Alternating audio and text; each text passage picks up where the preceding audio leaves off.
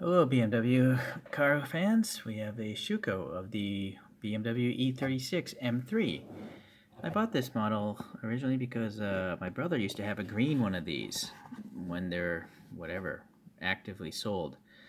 And then I asked my brother, what color car did you have? A green one. So maybe I won't give this to him. This is made by Schuco, as a German brand. And got some good, decent packaging here. There's a screw holding this thing down. So the E36 generation of M3s was model years 92 to 99. There's a 3-liter inline-6 originally, but in 1995, I think the facelifted versions had 3.2-liter inline-6s. Something like 280 horsepower or something like that. The facelift would have clear indicator lenses. So this must be the first ones between 92 to 94, because those are orange indicator lenses to me. This was the first use of a inline-6 in the 3 series, I guess. That's what Wikipedia said. And around 70,000 of these things were made. Okay. Compared to these photos here.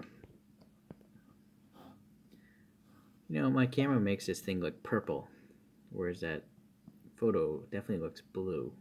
But I think the lights here are actually a warm light bulbs, so they're adding a yellow to the blue, and maybe that's why they look purple. It looks purple.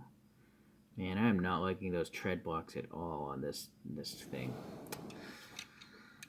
You just don't see tread blocks on road tires. I don't know why manufacturers have these gnarly tread blocks like the thing's a truck when it isn't. Okay, it's not just Schuco. I complain about it a lot. We get the pick. Well, it is a nice metallic, so I'll give them credit there. I do like this metallic paint. Hopefully it'll resist, what's the word? Paint rash, the bubbling. Alright, there's a little black paint and some fine ribbing here in front of the windshield. The wiper blades do look, proportionate. They look nice. I reviewed a classic Mercedes from Schuco, and it had such small windshield wiper blades, it just looked like a joke. Alright, the roundel here looks pretty nice. Let me zoom in and see if we can actually read BMW. It's pretty rare, that almost never happens, and yeah, I can't really read it. I mean, it's so small, it's understandable. I'm not going to hold that against Schuco. Look at this. This is a dental pick. Alright, well, clear headlight covers look good. One of the pegs is representing a light bulb, and then the other one is painted white, I think. Back there it's black. And then, yes, the orange turn signals, so this must be the very first series of M3s. We've got the kidney grille with some vertical ribbing looking good. Silver paint around it's nice, although it's a little bit too much on the bumper there. The bumper has this black paint on molding, I guess. What's going on with this thing? Hold on. Oh, it's missing. It's missing some black paint there and there. So not the best job of printing that molding line. Okay, black paint and excuse me, these recesses here, just smooth. Brake ducts, I guess, looks good. And some fog lamps painted nicely. It's silver on black, so that's nice. The treads look modern. They look like, all-season tires there. We got separate plastic mirrors, I think. Or are they metal? Maybe they're actually part of the body. I think they're casted in, but they're pretty good. Because it's actually going down a little bit down here, although there's a little paint or something there. Oh, wait a second, what's up with that? Oh, I see, there's a little indentation. Well, anyways, for casted in mirrors, those are pretty nice. Alright, the wheels, well, physically look good. It's just that the roundel's offset. You got some lug nut details. And these are passing air. You can see the pick there. Yeah, but see, look at these tread blocks, man. It's just not... You don't see that on road cars. Go look at your car outside. Can you see crazy side blocks like that? Only like rock crawlers have side blocks like this. Okay, the molding's carrying across nicely here, all the way through the back.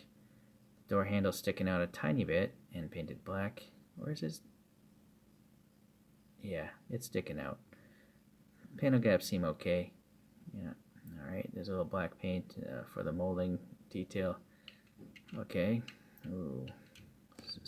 Schucos usually roll. Oh, well, usually. Some sort of friction going on. It's not a smooth roller, there's something going on. Alright. Going around to the back, this mold line carrying across, and again, no black paint there, no black paint there. So what is up with this? What's going on with the printing here at Schuco? The roundel looks nice in the middle.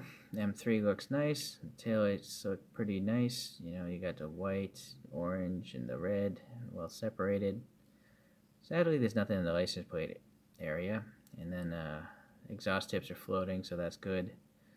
No depression, but they're pretty small exhausts, so I can understand that. Fuel fillers on this side. Oh, there's two little dots here. Maybe those are jacking up points or something. I do see them on the side photo. There are little covers there. But I don't... Oh, yeah, there's a dot right there. This one's hard to see. Kind of feel like they could have just done without it. It's unnecessary. Alright, going to the bottom. I do like the Schuco screws their bases together, so if you want to repaint the interior, swap with the wheels, it's easy to do. I also like that they tell you who made it, and then what scale it is, and what the car is. Not only just M3, but an E36 M3, so that's great info. The only thing I wish this brand would do would have a copyright date, so you have a general idea how old it was, how old the design is at least. Silver paint here. This is part of the base, I think. So the interior... it's not going to do. I'm going to guess most of these may have been black interiors, but I'm going to open this up and repaint it, I guess, because I like to see my interiors. And I have enough riveted cars that have black interiors, so if it's press fit together, I don't bother, right? But something that's easily screwed apart, I might as well, you know, add a little spice to the vehicle. Well, what's going on here? Seems to be, I don't know if it's glued down. I've noticed that on tarmac works. They glued down their bases, which makes no sense. I don't know why they would bother with that effort. This one just was stuck with something. Alright, so no brakes or anything with Schuco. I don't expect them though either for the price of a Schuco. Decent enough molded details, typical of a, I guess, premium diecast. So I like to open it up like this so the airbrush can get it all in there. I'll be back. So this is interesting. This is the first time I've ever seen a model, I think, that has a glued on window piece. There's no rivet or anything, it's just glued. I don't know if that's good or bad. I guess it's good because you could remove it and then repaint the body really easily. Assuming that the interior is designed properly to hold it up against the casting. It's just interesting. Tamiya Brown. That's what's going on today. Let me put this back together. Hold on. Alright. So, don't have too many cars here, but got this Power 64 Rough CTR2. I painted that interior green because I actually saw an image of one with a green leather interior. And then this Tarmac Works Volvo, which was actually sold up until 1993, so it is theoretically possible that someone could have bought all these at the same time. Okay, so that's all I got really. I guess I could give you a top down.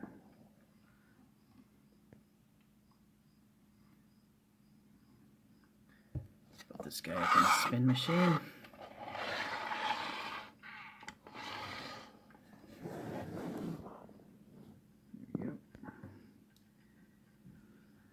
So, mostly no problems as far as QC goes. Really minor nitpick would be, you know, some of the roundels. Two of the roundels aren't really centered very well on the wheels, but, I mean, that's a minor nitpick. The major nitpick is the poor design ideation of the tires. How that came about, why someone thinks looking at those tread blocks on the side of a sports car or a sporty car, I don't know, just weird to me. But this is far better than the Mercedes I reviewed. That thing had a bunch of QC problems. But this one's a lot better. Alright, well, hopefully if you like BMWs and little diecast cars, you enjoyed this video. If not, you're watching the wrong channel. See ya.